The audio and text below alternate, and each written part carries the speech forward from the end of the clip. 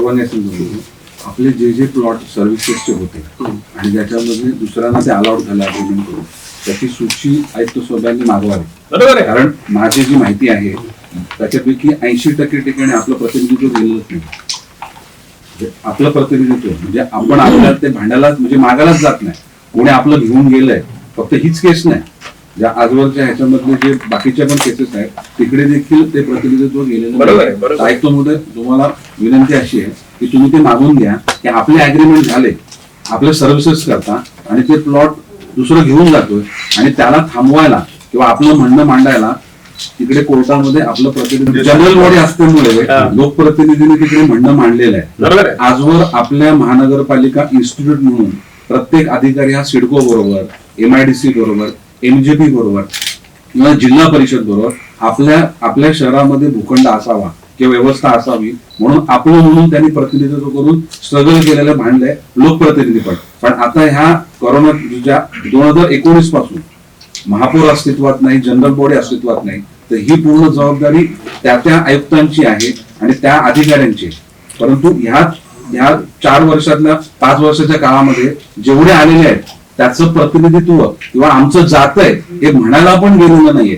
म्हणजे आयुक्तांकडे त्याची सूची आहे की मला माहित नाही, पण माझ्या माहितीप्रमाणे 80% ते प्लॉटला मागणं म्हणजे त्याला थांबवणं त्याकरता आपलं प्रतिनिधित्व गेलेलं नाहीये. हे 3 प्लॉट सोडून सांगतो. नाही, आपण सांगितलं तो बरोबर आहे. ज्यावेळेस समजा हे सूचना मी ADTPला दिल्या आणि जेवढे प्लॉट आपल्याला अम्युनिटी म्हणून रिझर्व झाले होते ती सर्व प्लॉट त्याचा आज काय स्टेटस आहे आणि त्याच्या आजच्या स्टेटस घेऊन मला मी अहवाल मागितला. हा एक पहिला भाग. माझं असं लक्षात आलं, मी मागच्या वेळेस बैठकीत पण सांगितलं की जे आपण 3 ठिकाणी स्ट्रक्चर बांधले त्याचे आपल्याला OCC नाही, त्याचा ताबा नाही आणि एवढे बांधकामापासून 2 शाळा बांधून मी वापरू शकत नाही, एक आदिवासींची वस्ती बांधून ती वापरू शकत नाही त्यांच्यासाठी. तर मी ऑलरेडी MIDCला मी स्वतः पत्र लिहिलं आणि त्याच्या आता CC होऊन आपल्याला एक 10-15 दिवसामध्ये त्या इमारती आपल्याला ताब्यात मिळतील, म्हणजे आपण वापरू शकतो.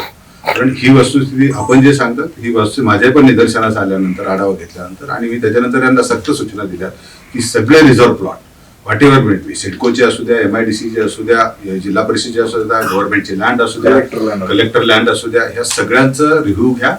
या लँड मध्ये आजचं स्टेटस काय आहे आपल्याला आणि त्याच्यानुसार आपल्याला मग त्याचा प्लॅन ऑफ ऍक्शन आम्ही जो आहे तो ठरवतो. I have taken it on very high priority.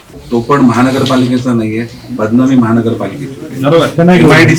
MIDCचे रस्ते मग ते शिलफाटा असेल किंवा इकडे LPS आहे, इकडे पण बदनामी महानगरपालिकेचे होते.